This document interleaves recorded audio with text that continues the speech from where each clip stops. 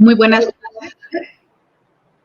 muy buenas tardes tengan todos ustedes, socios y no socios también, público que nos está acompañando en esta transmisión.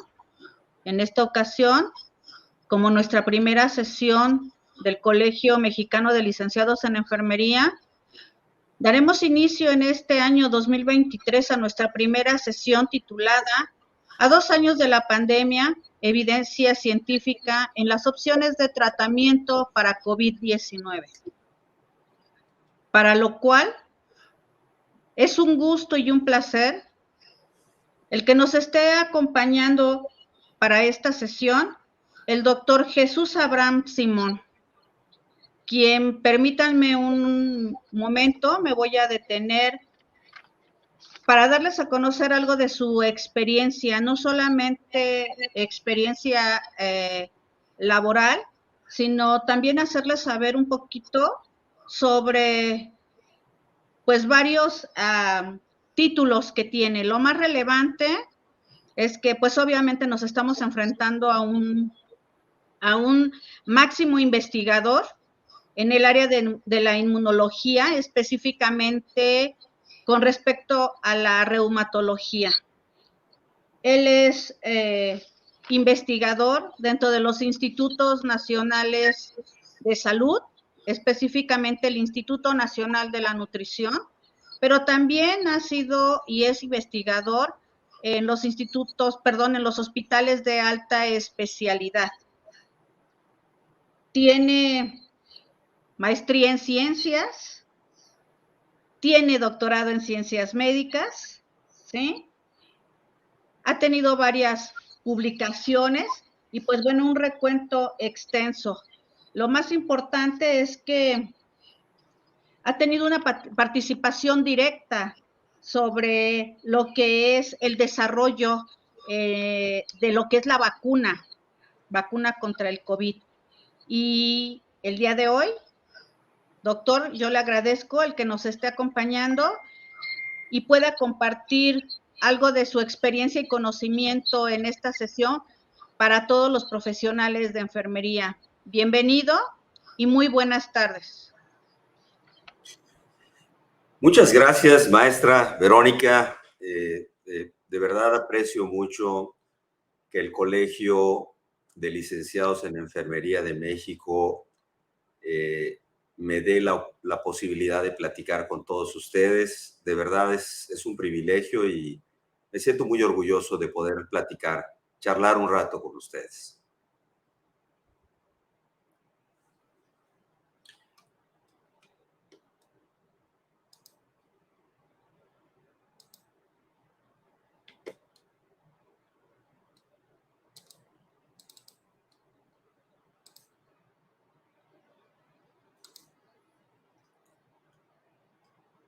Si alguien me puede decir si mi presentación la están viendo claramente, por favor. Sí, la vemos muy bien, doctor. Ok, muchas gracias, Alex. Bueno, sin duda, los últimos 2 años,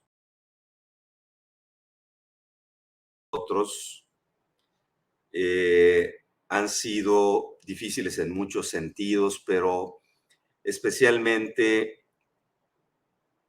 ha sido difícil por el gran sufrimiento que ha habido en la comunidad mundial, especialmente en México, por el número de gente que hemos perdido. Hemos perdido padres, hermanos, hijos, compañeros de trabajo, colegas, en fin. Yo creo que estos 2 años han sido muy difíciles para todos y pues todavía no termina, ¿no? Hace 2 años apenas empezábamos a escuchar rumores de lo que estaba ocurriendo en Wuhan, China, acerca de un virus raro. Parece que fuera hace mucho más que dos años, ¿no? Y así como el tiempo ha pasado tan rápido, hemos perdido de vista algo, que 2 años en realidad es muy poco tiempo para todo lo que se ha podido desarrollar dentro de la investigación para tratar de contener esta devastadora enfermedad conocida como COVID-19.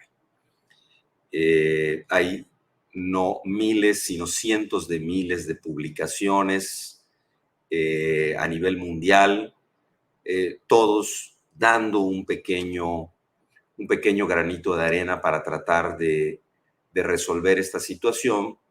Pero el día de hoy me gustaría enfocarme a platicar con ustedes un poquito de cuáles son las opciones de tratamiento que se han desarrollado en estos 2 últimos años, que conjuntamente con el desarrollo de vacunas, creo que nos va a permitir salir de esta pandemia, yo espero que a corto plazo, en las próximas semanas, tal vez en los próximos meses.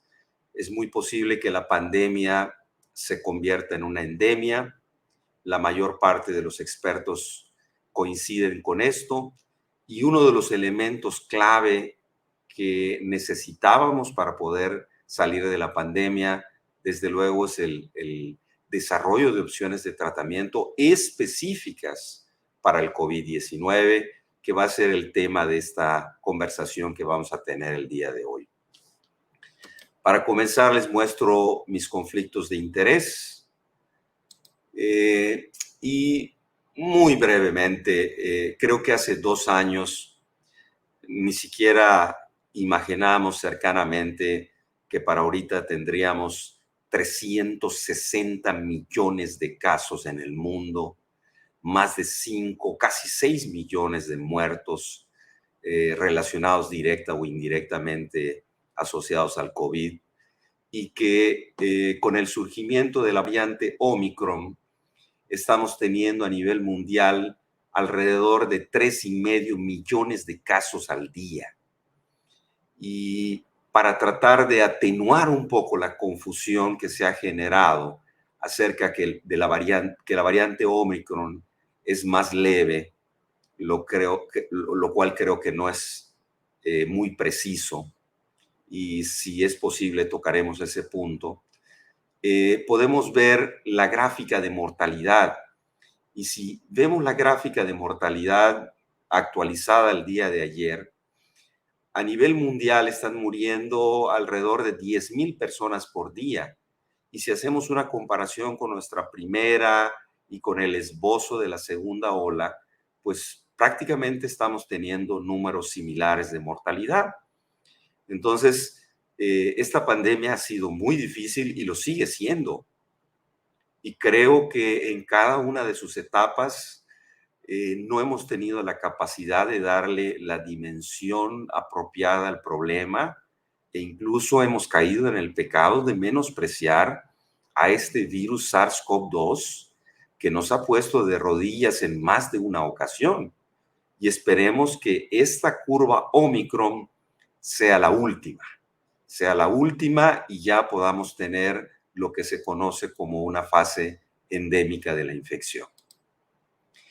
Y esta mortalidad que está ocurriendo a nivel mundial, ¿a quién está afectando? Y este es el primer punto que tenemos que entender. Aún antes de la vacunación, aún antes que supiéramos nada de la enfermedad, de las primeras cosas que aprendimos es quiénes son aquellos sujetos que tienen factores de riesgo para tener complicaciones por COVID, llegar a hospital y muchos de ellos fallecer. Y tenemos identificado perfectamente que uno de los principales factores de riesgo es la inmunosenescencia, es decir, cambios de nuestro sistema inmunológico que ocurren asociados a la edad. Y por eso se ha considerado que los sujetos mayores de 60 años son los más vulnerables para el desarrollo de complicaciones y muerte. Enfermedades como diabetes, hipertensión arterial, el consumo de tabaco, las enfermedades pulmonares, y uno de los problemas más importantes que tenemos en América, especialmente en México, que es el sobrepeso y la obesidad, que son factores de riesgo claros para la progresión del COVID. Desde luego hay otras entidades en donde el individuo puede tener deterioro en su sistema inmunológico, ya sea por medicamentos, por enfermedades crónicas, por ser receptores de un trasplante, por tener inmunodeficiencias adquiridas por la infección por el VIH y otras muchas razones. Y en general, muchas de las enfermedades crónicas tienen como uno de sus efectos deteriorar la respuesta del sistema inmunológico, con lo cual los hace más vulnerables al desarrollo de complicaciones. Pero en términos generales, sabemos que el 85% de la población, independientemente del momento en el cual estuvimos en la pandemia, fue capaz de superar la infección sin complicaciones e incluso sin necesidad de ninguna intervención. Y un 10 a 15% de la población, que es el estimado, y que representa precisamente a estos sujetos que tienen algún deterioro en su sistema inmunológico o que tienen enfermedades que favorecen a la progresión del COVID, son los que consideramos vulnerables y precisamente son a los cuales hay que cuidar más. Y mucho de lo que hoy en día vamos a hablar, de lo que vamos a platicar, es acerca de cómo poder ayudar a estos sujetos que tienen alto riesgo. Las gentes jóvenes, las gentes sanas, los delgados, dicen, esto es una gripa, me da un catarrito, tengo un par de días malos y después regreso a mi vida normal, lo cual es cierto, pero esto no aplica para todas las personas.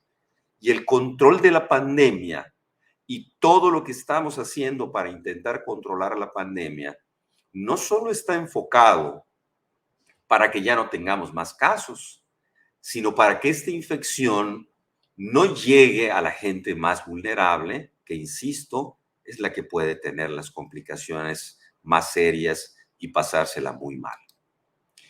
Y lo primero que se hizo en un tiempo récord fue el desarrollo de vacunas, tema que no vamos a tocar el día de hoy. Solo quiero recordarles que antes de haberse cumplido el primer año de la descripción del primer caso de COVID-19, ya se contaba con al menos una vacuna que había recibido una aprobación, una autorización para uso de emergencia. Y hoy en día hay múltiples vacunas que han sido autorizadas y que han completado su desarrollo de los ensayos clínicos, al menos en la fase preliminar de los ensayos clínicos fase 3. En México, estas son las vacunas con las que contamos predominantemente, aunque hay algunas otras vacunas, y definitivamente el eje para poder contener la pandemia, sí y solo sí serán las vacunas. Hoy en día nos llama la atención de que vacunados, incluso con refuerzos, terceras dosis, todavía se están infectando.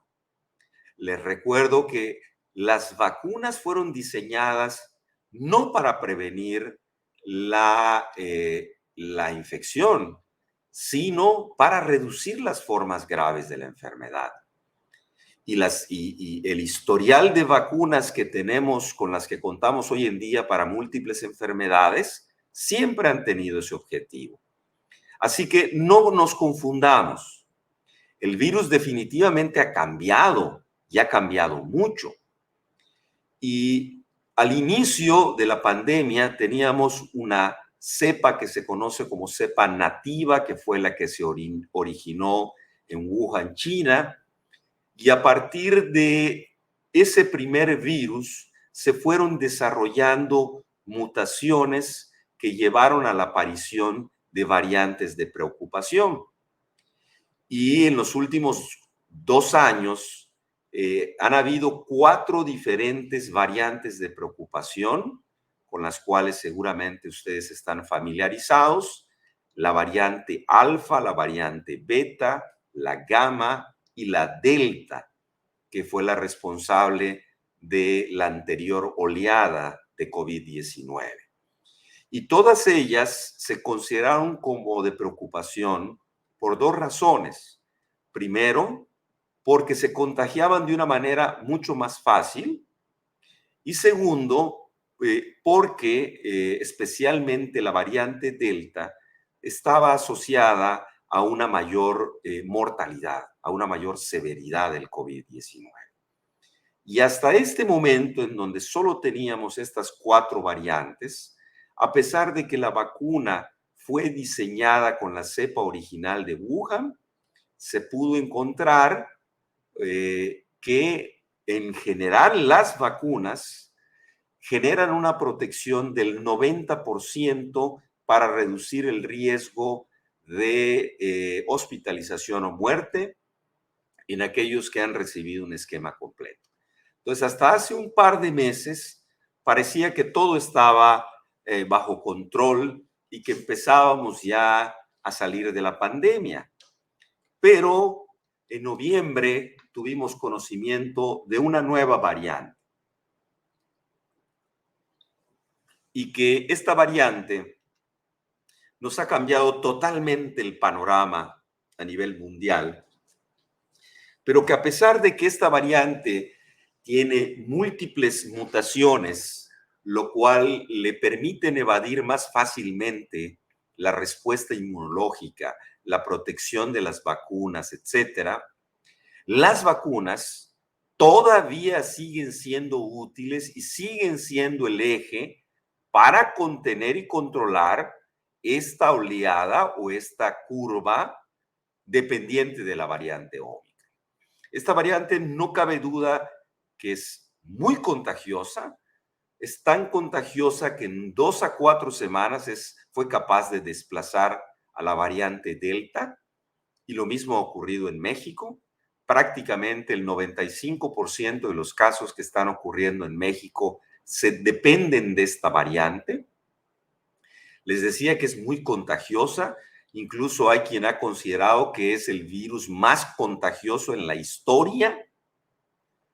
Es capaz de contagiar por cada individuo infectado entre 10 y 15 individuos más, es decir, su nivel de contagio es muy alto.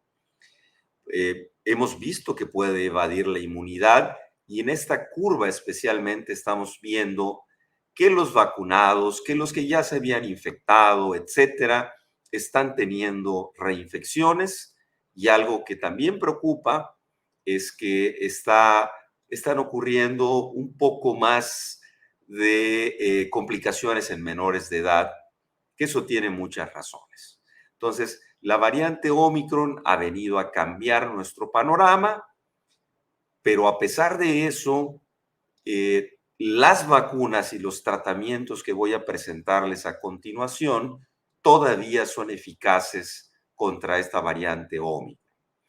Conclusión de esta primera etapa, quiero dejar claro que ningún tratamiento va a venir a sustituir lo que ya estamos haciendo, que es vacunarnos.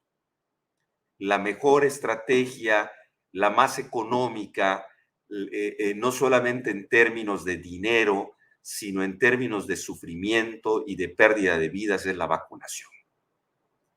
Pero bueno, la vacunación parece no ser el único elemento necesario para controlar esta pandemia, porque, insisto, con la llegada de la variante Omicron, las cosas se han puesto muy difíciles y solo en México estamos teniendo alrededor de 45,000 casos diarios. ¿Quién imaginaba que para estas alturas tuviéramos más de 300,000 muertos? Y en la gráfica de abajo podemos ver cómo esto que nos están diciendo de que la variante Omicron no produce muerte, vemos que si bien efectivamente la curva de mortalidad es menor que con las otras variantes, no hay que perder de vista que esta curva va en ascenso, número uno. Número dos, que gran parte de la población se ha vacunado. Y número tres, que gran parte de la población también ya tiene cierta inmunidad porque ha sido infectada. Y a pesar de eso, a pesar de que muchos nos hemos infectado y a pesar de que muchos ya tenemos incluso una tercera dosis, el número de casos es muy alto y la mortalidad va en ascenso. Así que no hay que menospreciar a esta variante. Antes de hablar acerca de los tratamientos, no quiero hablar mucho acerca de fisiopatología de la enfermedad. Puede ser un poco aburrido y poco práctico, pero sí es importante entender las fases de la enfermedad para poder comprender cuáles son los momentos idóneos para tratar a un paciente con COVID con el objeto de reducir riesgo de complicaciones y muerte. En esta línea roja que está al centro, representa más o menos el día 10 de la evolución o de la historia natural de la enfermedad. Y antes del día 10, lo que ocurre predominantemente en nuestro organismo después de haber sido infectado es replicación viral. Entonces, la fase 1 se conoce como fase viral y es en donde el virus empieza a proliferar, pero a partir aproximadamente del séptimo día empieza a entrar otro elemento muy importante en la generación de daño. Ya no solo el daño mediado por el virus, sino también el daño mediado por la respuesta inflamatoria. Y cuando esta fase inflamatoria comienza, se activa el sistema inmunológico de una manera tan agresiva en los sujetos vulnerables que puede generar muchísimo daño orgánico, no solamente a nivel pulmonar, sino a nivel de muchos órganos, lo cual lo puede llevar al hospital y en consecuencia a la muerte.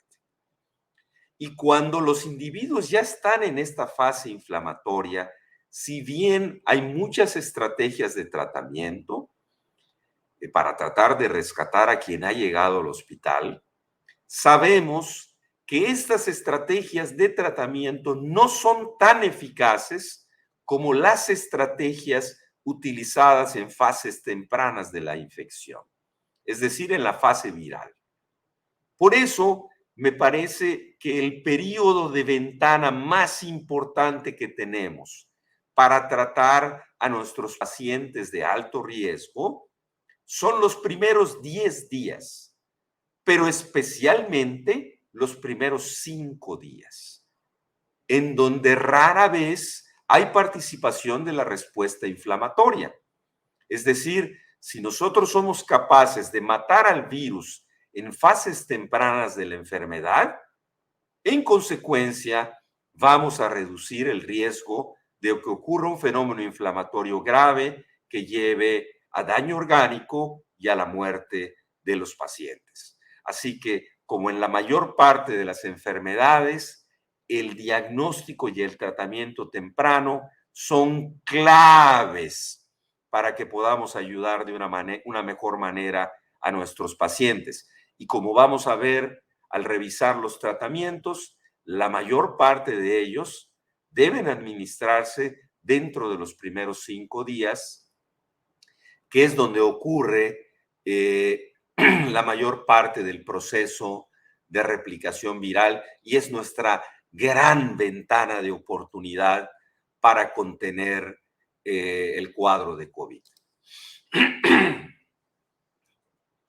Perdón. Antes del surgimiento de la variante Omicron,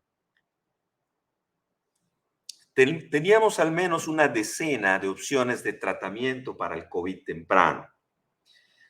Pero como este virus cambió de una manera importante, no solamente se vieron afectadas las vacunas en términos de su eficacia, sino que también muchos de los tratamientos que habían mostrado una eficacia muy buena especialmente este grupo, esta forma de tratamiento conocida como anticuerpos monoclonales, al cambiar el virus, se vieron afectados y la mayor parte de ellos en este momento ya no son útiles para tratar al COVID-19 porque perdieron su capacidad de neutralizar o de matar al virus.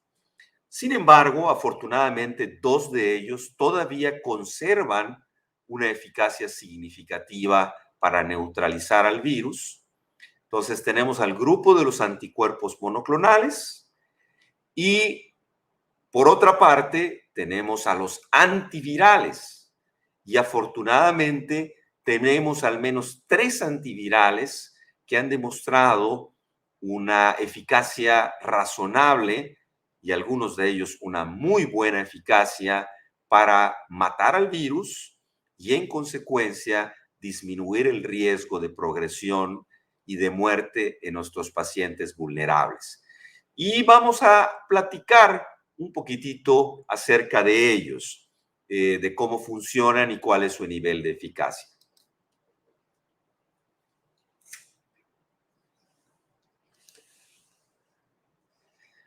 Para entender un poquitito cómo funcionan los anticuerpos monoclonales, de manera muy rápida, simplemente voy a recordarles que para que el virus SARS-CoV-2 pueda infectar a la célula,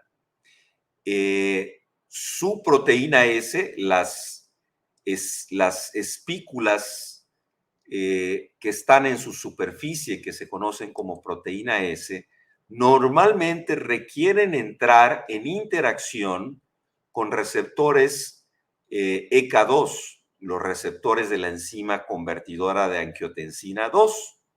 De hecho, la mayor parte de las vacunas están diseñadas para bloquear esta proteína. Si nosotros diseñamos anticuerpos monoclonales dirigidos contra esta espícula, contra esta superficie, en consecuencia, podemos bloquear la interacción del virus con el receptor ECA2 expresado en la superficie del huésped y, en consecuencia, evitaremos la infección. Entonces, bajo estos principios, se han desarrollado al menos 200 anticuerpos monoclonales. De ellos, de los que tenemos que muestran todavía eficacia contra la variante Omicron, se encuentra el primero, que es uno de los anticuerpos monoclonales que a mí más me gusta, que se conoce como Sotrovimab. El otro nombre que ha recibido es el de VIR-7831. Este anticuerpo monoclonal ya ha recibido en varios países la autorización para uso de emergencia y esto estuvo basado en un ensayo clínico en donde se aleatorizaron los pacientes, alrededor de 500 pacientes, para recibir 1 a 1 una dosis de 500 miligramos de Sotrovimab por vía intravenosa en una sola dosis, comparado con un grupo placebo.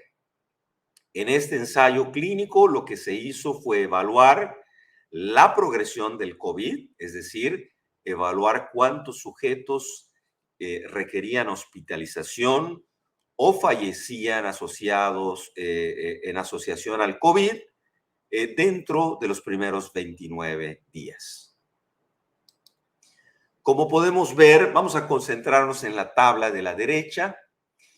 Al comparar los sujetos que recibieron Sotrovimab, solamente 3 de ellos requirieron hospitalización en comparación con 21 sujetos del grupo placebo.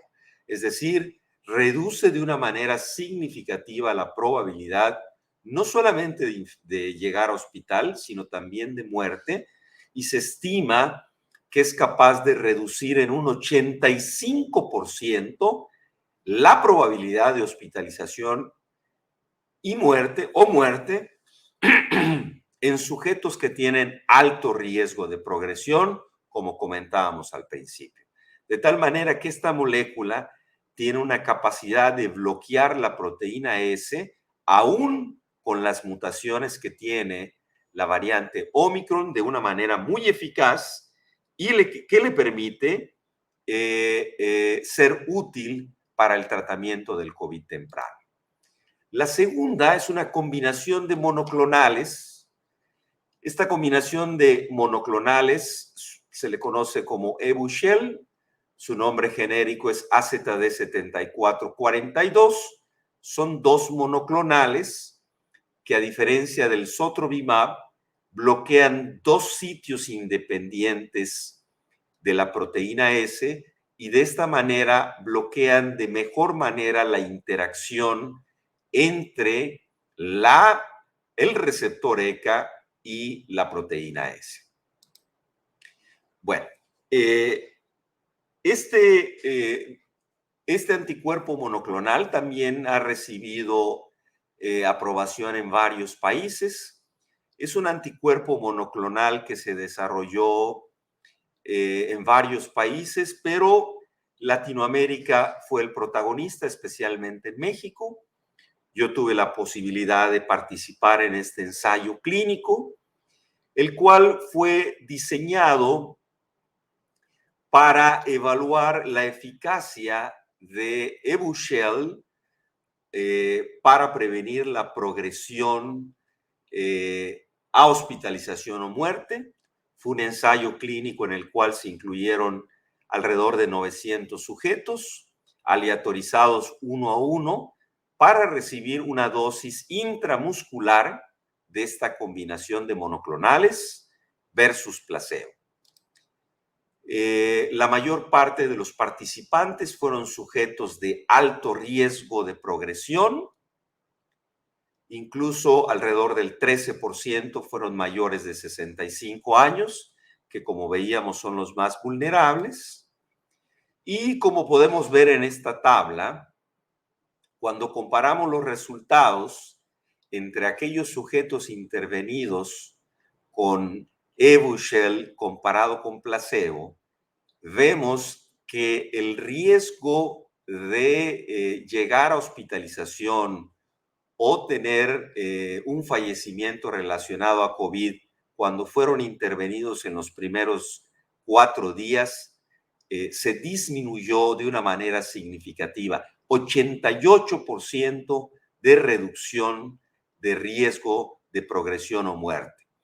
4 de 407 solamente llegaron a hospital o fallecieron, comparado con 31 sujetos del grupo placebo. Y aún al 5.º día de tratamiento, esta reducción del riesgo sigue siendo importante, del 67%. Entonces, hay dos monoclonales que todavía conservan eficacia para el tratamiento de COVID temprano y contra la variante Omicron. Uno de ellos es sotrovimab y el otro es conocido como Evusheld, que es el AZD7442, y que tienen un nivel de eficacia alrededor del 80-85% para reducir el riesgo de progresión o muerte en pacientes con alto riesgo que tengan COVID. Bueno, el segundo grupo de tratamientos son los antivirales. Los antivirales específicos contra virus RNA tienen diferentes mecanismos de acción, pero no nos vamos a meter en detalles de cómo funcionan cada uno de estos antivirales. En cambio, me gustaría presentarles algunos resultados clínicos que han mostrado que pueden ser también muy eficaces para el tratamiento temprano del COVID-19. El primero de ellos, que ya incluso ha sido aprobado en México, es el molnupiravir. Este fármaco fue aprobado debido a los resultados encontrados en su ensayo clínico fase 3, Este es otro estudio en donde también tuvimos la fortuna de participar en este ensayo clínico. México fue uno de los países considerados para el desarrollo de este fármaco y en el cual se incluyeron alrededor de 1.400 sujetos con COVID leve a moderado, menos de 5 días de evolución y nuevamente que tuvieran algún factor de riesgo para progresión. Estos fueron aleatorizados para recibir molnupiravir 800 miligramos o placebo durante 5 días por vía oral. Entonces, los objetivos del estudio fueron similares. Todo está enfocado a tratar de prevenir complicaciones y muerte asociadas al COVID. Aquí en este estudio también se consideró la reducción del riesgo de hospitalización o muerte al día 21. Y como podemos ver en esta curva de Kaplan y Mayer, aquellos sujetos que se mantuvieron libres de hospitalización o muerte fueron el número de sujetos que se mantuvo fuera del hospital o no falleció fue mayor en aquellos intervenidos con molnupiravir en comparación con aquellos intervenidos en el grupo placebo. Las conclusiones de este estudio mostraron las preliminares que el molnupiravir fue capaz de reducir el riesgo de complicaciones en un 50% y las conclusiones o el análisis final mostró una eficacia de alrededor del 30%. Es decir, la eficacia del molnupiravir para prevenir complicaciones está entre el 30 y el 50% aproximadamente. Otro fármaco interesante y que al inicio de la pandemia fue uno de los primeros antivirales que se aprobó y que de hecho también está aprobado en México, es el Remdesivir. Y el Remdesivir fue aprobado inicialmente para el tratamiento de pacientes hospitalizados. Pero como ya vimos en la historia natural de la enfermedad, el momento para matar el virus y reducir el riesgo de complicaciones no es cuando el paciente ya está complicado, es en fases tempranas de la enfermedad. Si bien el Remdesivir fue aprobado con este fin, porque en ese momento era la única opción de tratamiento eficaz, pues la verdad es que había muchas dudas acerca de su eficacia. Sin embargo, recientemente se hizo un nuevo estudio con intervención más temprana, una intervención antes de los primeros 3 días de evolución de los síntomas, en el cual se incluyeron 562 sujetos, igualmente que tuvieran factor de riesgo para progresión.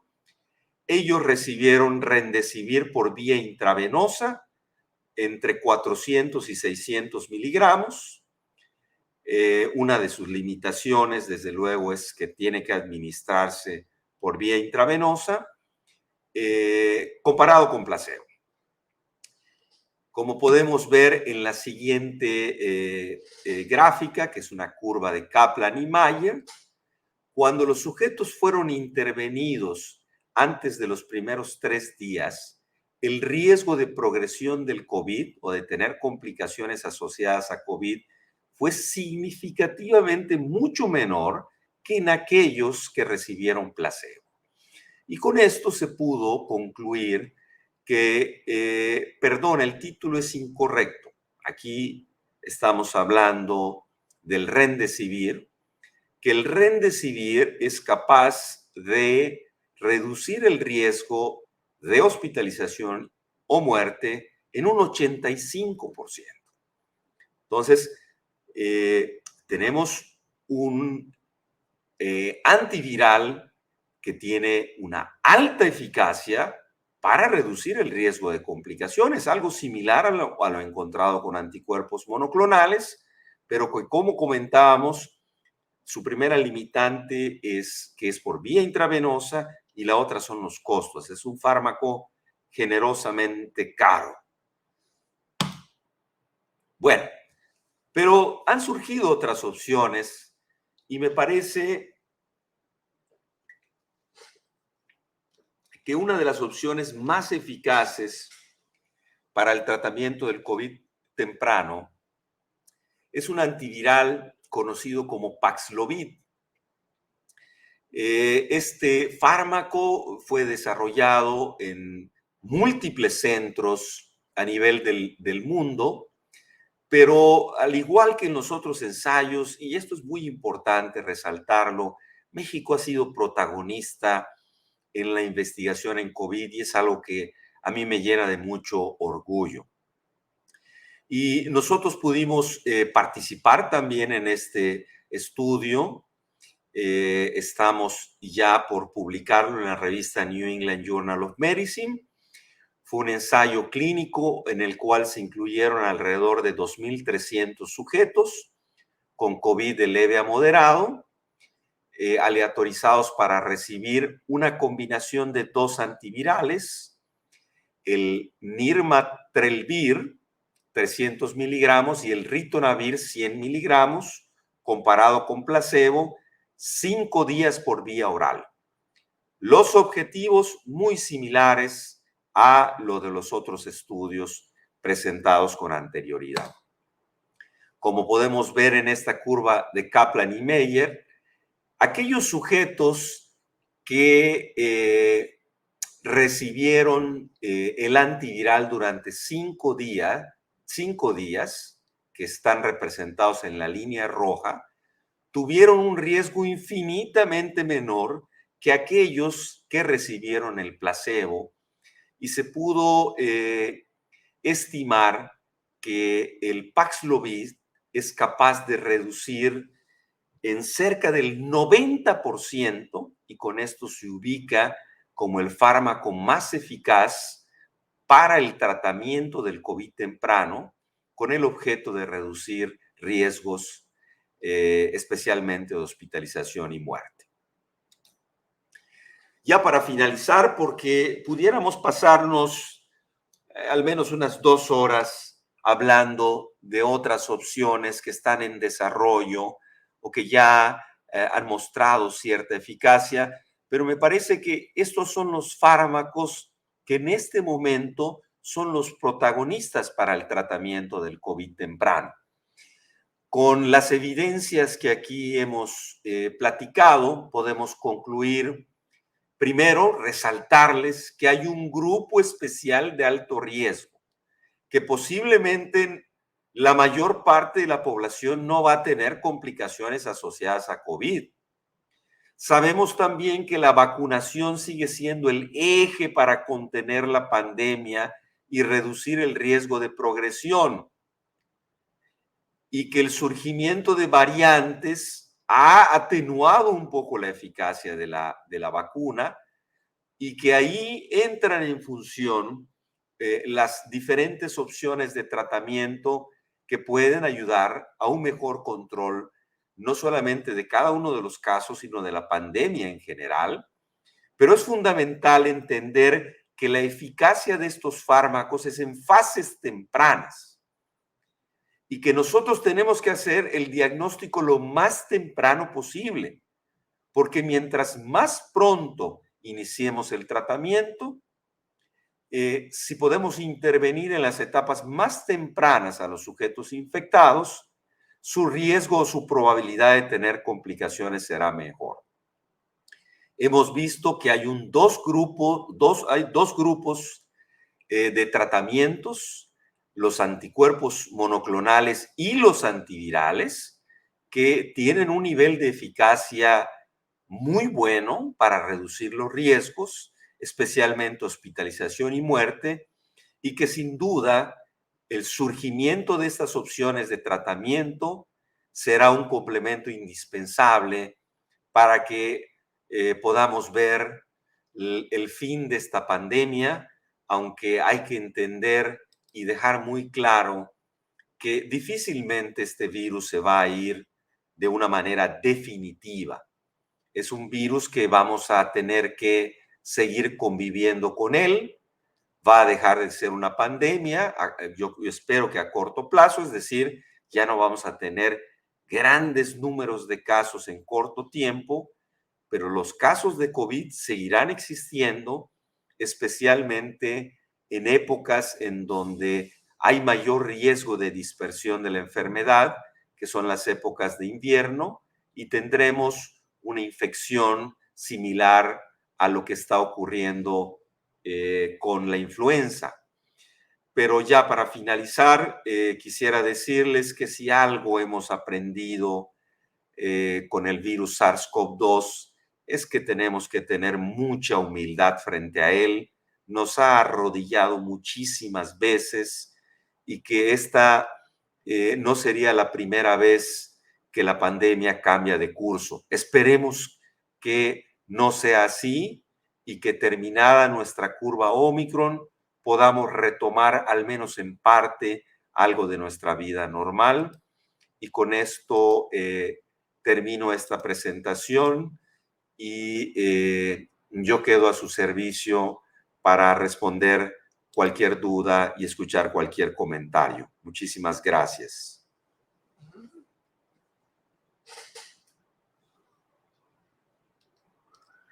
Perdón, maestra, creo que está bloqueado su micrófono.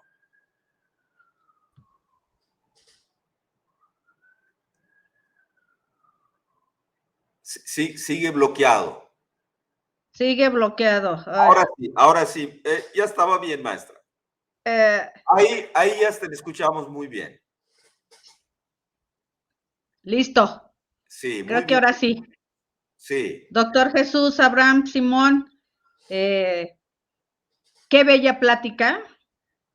De verdad es que usted a mí personalmente me deja un muy grato sabor de boca, muy claro, muy preciso y creo que muy atinado en todos los puntos que usted acaba de tocar.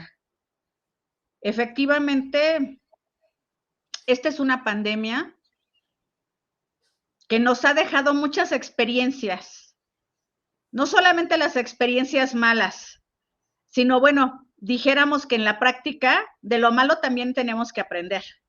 Y efectivamente, esta pandemia nos ha dado grandes lecciones y en materia principalmente en lo que usted es un experto, ha sido usted muy claro. Creo que como profesionales de la salud, todas las enfermeras y los enfermeros, en este momento nos acabamos de llevar un panorama más claro de lo que de lo que son y lo que esperamos con estas vacunas. Y pues sí, efectivamente daremos paso a nuestra audiencia para hacerle saber al doctor, por favor, sus comentarios, sus preguntas, si son tan amables. Estamos a la espera de ellos y podérselos hacer llegar al doctor.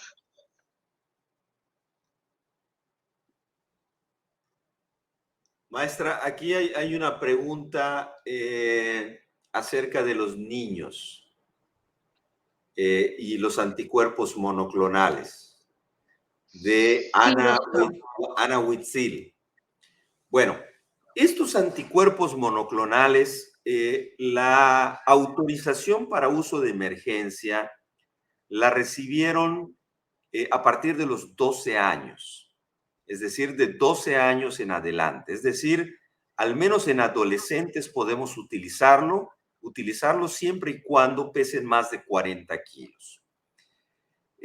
A los niños, no por abandono, sino porque los ensayos clínicos, el último grupo al cual exponemos, obviamente son a los más vulnerables, que son a los más pequeñitos.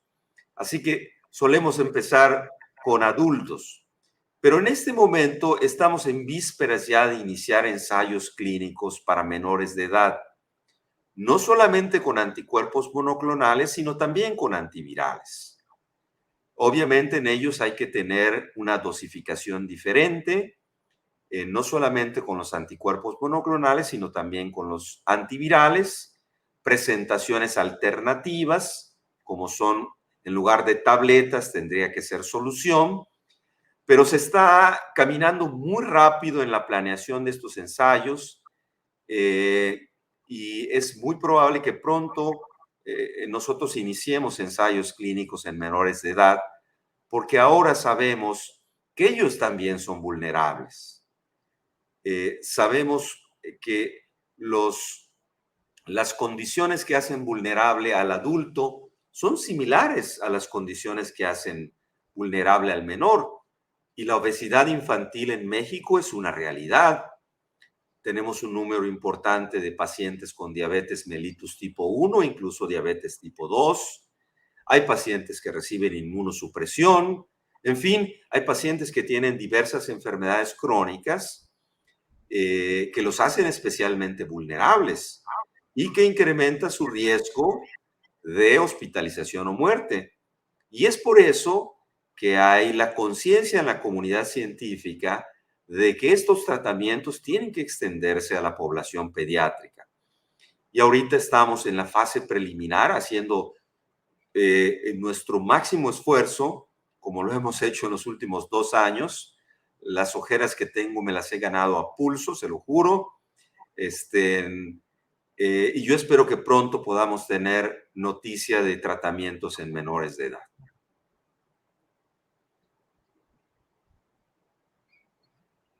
Gracias, doctor. Fíjese que me encuentro con una pregunta. Nos pregunta Patti Rosas acerca de la vacuna Astra. En concreto pregunta, si tienes problemas inmunológicos y la vacuna Astra te dio efectos fuertes, ¿qué posibilidad de complicación hay en otra dosis? Bueno, depende de lo que le llame efectos fuertes, ¿eh? Es decir, todos los organismos reaccionan de una manera diferente. Yo recuerdo que cuando recibí mi primera dosis, ¡wow!, me tumbó un par de días. Pero en contraste, cuando tuve COVID, todavía no habían vacunas. Cuando tuve mi primera infección por COVID, Dios mío, me la pasé muy, muy mal. Entonces no estuve en riesgo ni estuve grave, pero los síntomas fueron fuertes.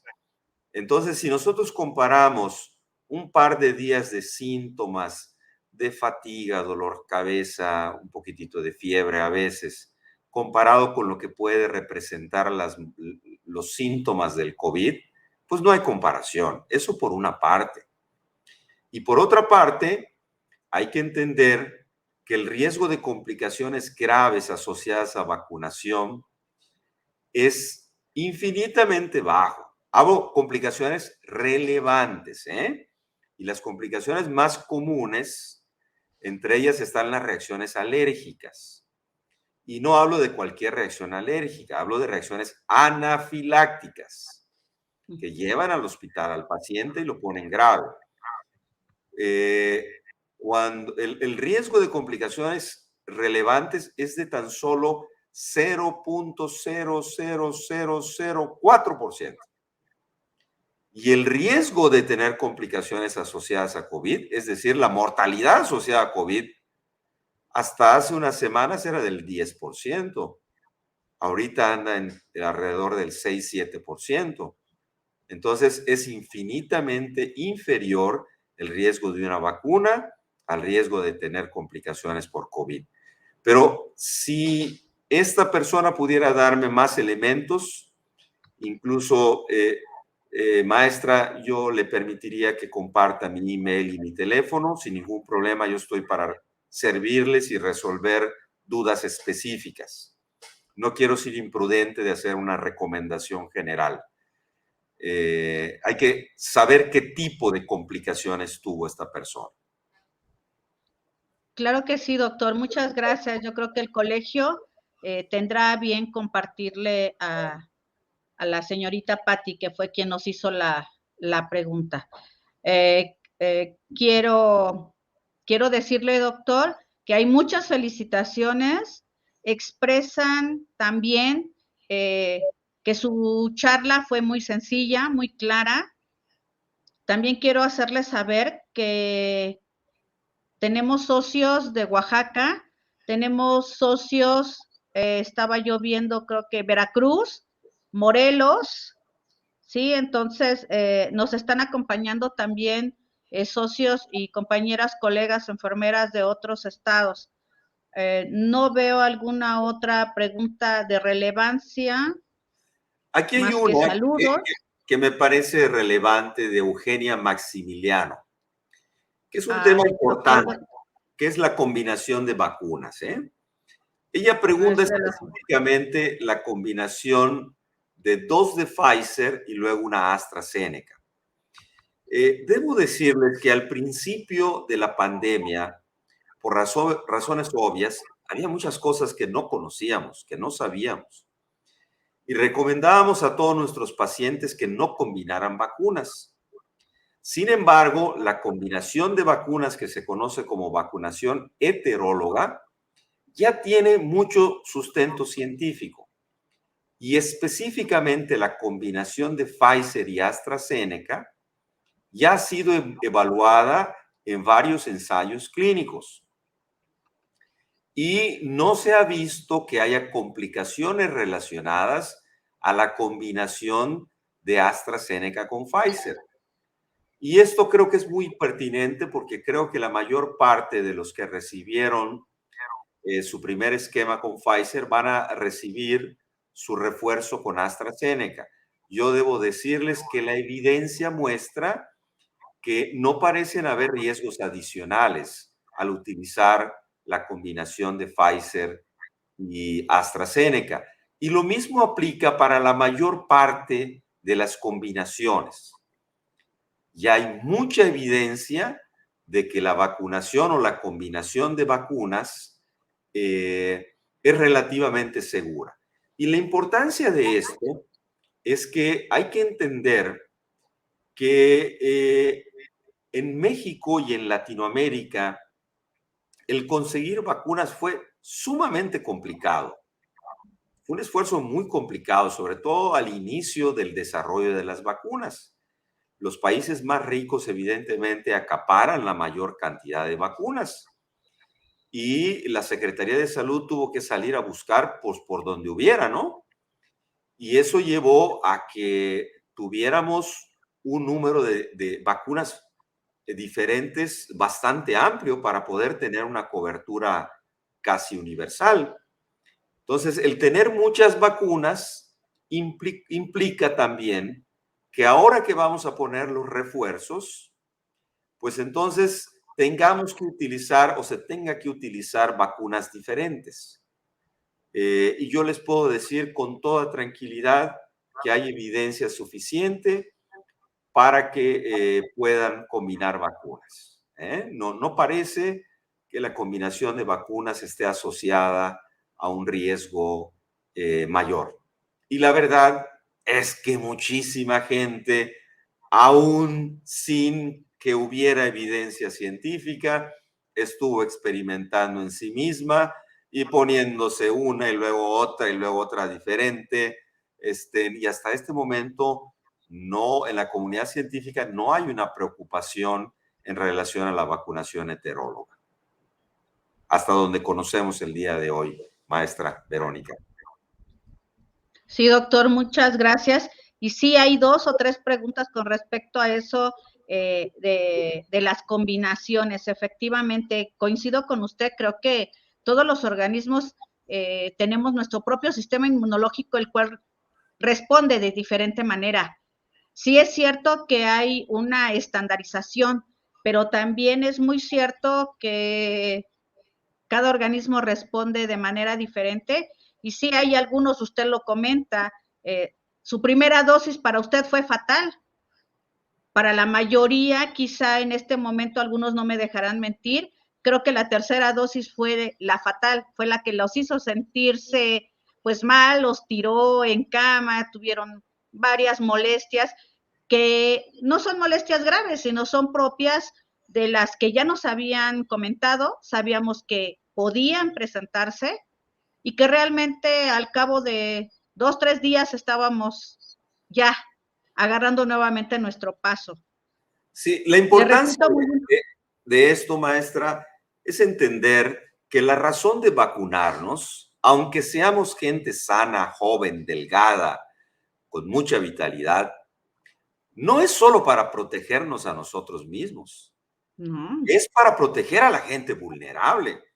Porque si todos nos vacunamos, en consecuencia, el riesgo de que tengamos altos periodos de contagiosidad disminuyen. Entonces, hagámoslo por la gente más vulnerable. Dicen, ¿yo para qué me vacuno si ya me dio COVID y me dio un catarrito y no me va a pasar nada? Bueno, no precisamente por ti, especialmente nosotros que somos personal de salud. Y en el hospital, yo creo que ya no hay área COVID. El COVID está disperso por todo el hospital. Entonces, nosotros que estamos trabajando con pacientes continuamente, debemos tener una muy buena protección. No solamente para proteger a los demás, porque además les recuerdo otra cosa. El país en donde ha habido mayor mortalidad en el personal de salud es México. Así que no le jalemos la cola al diablo. Si tenemos a la mano la posibilidad de recibir nuestro refuerzo, no importa que sea Astra, no importa que sea Pfizer, hay que ponerlo para reducir nuestros riesgos y reducir el riesgo de la gente que está alrededor nuestro, especialmente la gente vulnerable. Sí, doctor, efectivamente. Y usted pone en la mesa un tema muy importante al cual el profesional de enfermería nos tenemos que dedicar y que es la educación para la salud.